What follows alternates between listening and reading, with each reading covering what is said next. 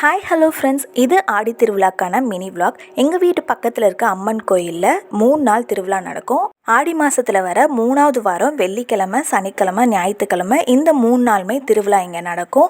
இந்த கோயில் வந்துட்டு செல்லியம்மன் அப்படின்னு சொல்கிற ஒரு அம்மன் தான். இந்த செல்லியம்மன் கோயிலில் இந்த 3 நாள் ரொம்பவே விசேஷமாக இருக்கும். மக்கள் எல்லாருமே வந்து கண்டிப்பாக சாமியை பார்த்துட்டு போவாங்க.